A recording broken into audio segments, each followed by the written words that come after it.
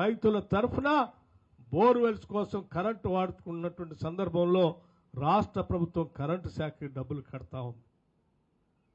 రైతులు కరెంటు శాఖ కట్టేటువంటి డబ్బులతో పాటు 21,000 కోట్ల రూపాయల్ని రుణమాఫీ చేశాం. అట్లాగే రైతు భరోసా పేరు మీద సంవత్సరానికి 12,000 రూపాయలు ఎకరానికి ఇచ్చేటువంటి కార్యక్రమాన్ని చేపట్టాం.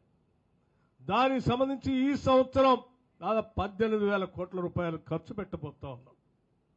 భూమి లేని నిరుపేద కుటుంబాలకి ప్రతి కుటుంబానికి సంవత్సరానికి 12,000 రూపాయలు వారికి ఇంటికి ఇచ్చేటువంటి కార్యక్రమాన్ని కూడా చేపట్టాం. ఇందిరమ్మ ఆత్మీయ భరోసా పేరు మీద ఇటువంటి అనేక సంక్షేమ కార్యక్రమాలు పేదల పక్షాన రాష్ట్ర ప్రభుత్వానికి వచ్చేటువంటి రాబడిలోంచి ఈ పేదలకు ఉపయోగపడేటువంటి పథకాల్ని రచించి పెద్ద ఎత్తున మేము ఖర్చు పెడతా ఉన్నాం. వాటితో పాటు రాష్ట్రంలో ఉన్నటువంటి మహిళలందరికీ కూడా తలెత్తుకొని గౌరవంగా బతకాలనేటువంటి ఆలోచనతో రాష్ట్ర వ్యాప్తంగా ఏ ఊరు నుంచి ఏ ఊరికి ప్రయాణం చేసినా ఉచితంగా ఆర్టీసీ బస్సులో ప్రయాణం చేయటం కోసం ఈరోజు రాష్ట్ర వ్యాప్తంగా కూడా ఉచిత బస్సు రైడ్ని ఆర్టీ బస్సులో ప్రవేశపెట్టాం. ఇక్కడ ఉన్నటువంటి మహిళలందరూ కూడా ఉచితంగా ఆర్టీసీ బస్సులో తిరిగే కార్యక్రమాన్ని చేపట్టాం.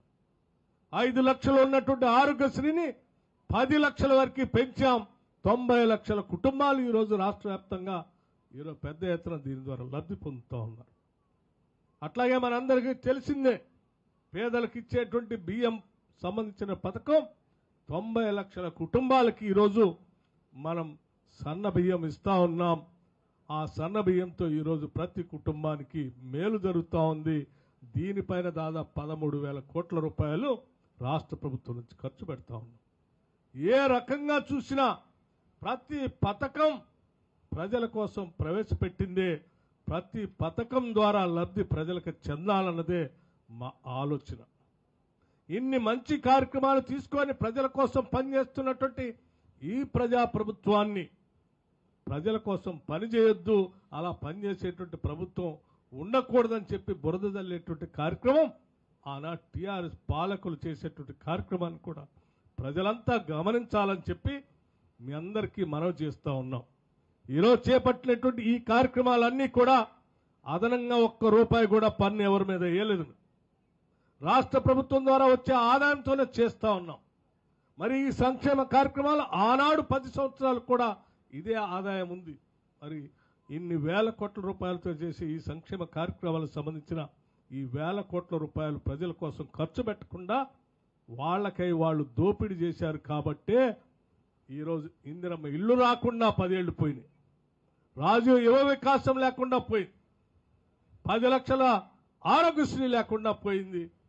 రకరకాల సంక్షేమ కార్యక్రమాలు లేకుండా పోయినాయి.